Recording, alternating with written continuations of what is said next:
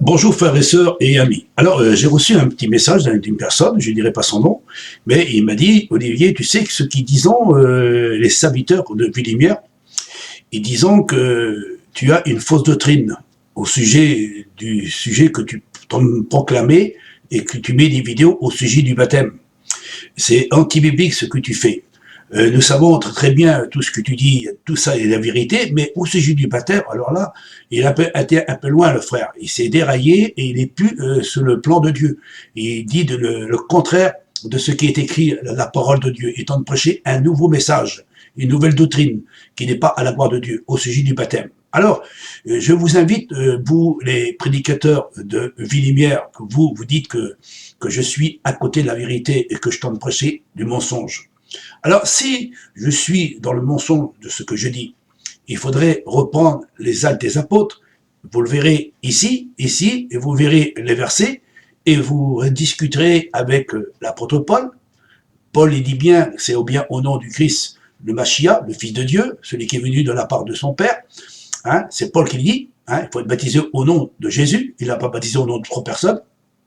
Il faudra aussi discuter avec l'apôtre Pierre, parce que Pierre, lui aussi, il a baptisé au nom du Christ, le Machia. C'est en son nom que nous devons être baptisés à travers de sa mort. Alors, si vous dites que je suis un mauvais serviteur, qui tord les Écritures, ou qui défend les Écritures, il faudrait discuter avec les apôtres. Et surtout, il faudrait examiner la Bible, parce que c'est dans la Bible que j'ai trouvé cela.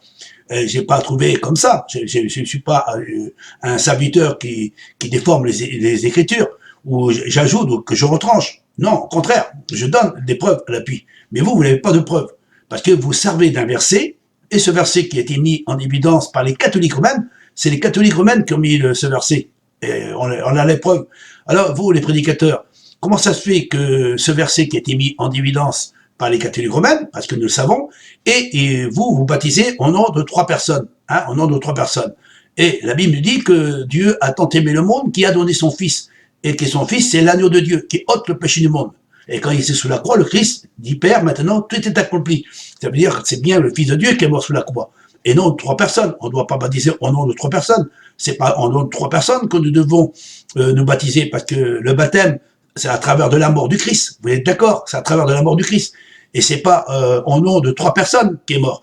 Alors, si vous dites que je suis à côté de la vérité, vous, les serviteurs de Villimière, et surtout vous, les conseillers et les dirigeants, hein, soi-disant que vous prêchez la vérité et que vous enseignez à des étudiants et à des serviteurs une doctrine qui n'est même pas à la gloire de Dieu. On vous a donné beaucoup de preuves à ce sujet. Et si vous ne croyez pas ce qu'on dit, et si on dit que nous sommes à côté de la vérité et que nous prêchons le mensonge, alors ça veut dire que la Bible, c'est du mensonge, parce que c'est écrit noir sur blanc dans la parole de Dieu. Et les versets seront mis en évidence ici, et vous verrez tous les versets défiler, et vous rediscuterez avec l'apôtre Pierre, parce que Pierre, il a baptisé au nom du Christ, le Machia, et l'apôtre Paul aussi.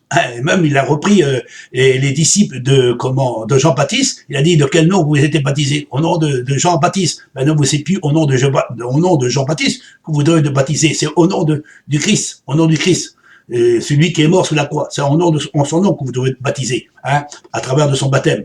Alors, et même Philippe, et même, c'est écrit noir sur blanc dans la Bible. Alors, si vous dites que je suis à côté de la vérité, ça veut dire que les apôtres, ils sont à côté de la vérité. Si je suis dans le mensonge, les apôtres sont dans le mensonge. Alors, il faudrait prendre la Bible, la déchirer et la mettre à la poubelle, parce que selon ce qui est écrit dans les actes des apôtres, parce que vous vous basez avec un seul verset, c'est un seul verset, vous voyez bien, qu'un seul verset qu'il est là. Il est là, il est présent, hein, devant vous, et vous prenez ce verset-là. Et c'est les catholiques, et comme vous les protestants, vous êtes sortis des catholiques, parce que les catholiques, ils baptisaient déjà au nom de 3 personnes. Et quand vous êtes sortis, hein, Luther est sorti, c'était un catholique, hein, mais il a gardé la doctrine catholique, parce qu'il bat toujours au nom du Père, du Fils, Saint-Esprit, comme toutes les religions aujourd'hui. Mais malheureusement, il est écrit noir sur blanc que les apôtres n'ont jamais baptisé au nom de 3 personnes, parce qu'il n'a pas de Trinité. La Trinité, elle n'existe pas, n'existe pas. Il n'y a aucun verset dans la Bible qui est marqué qu'il y a une Trinité. C'est pas marqué Trinité, c'est pas marqué.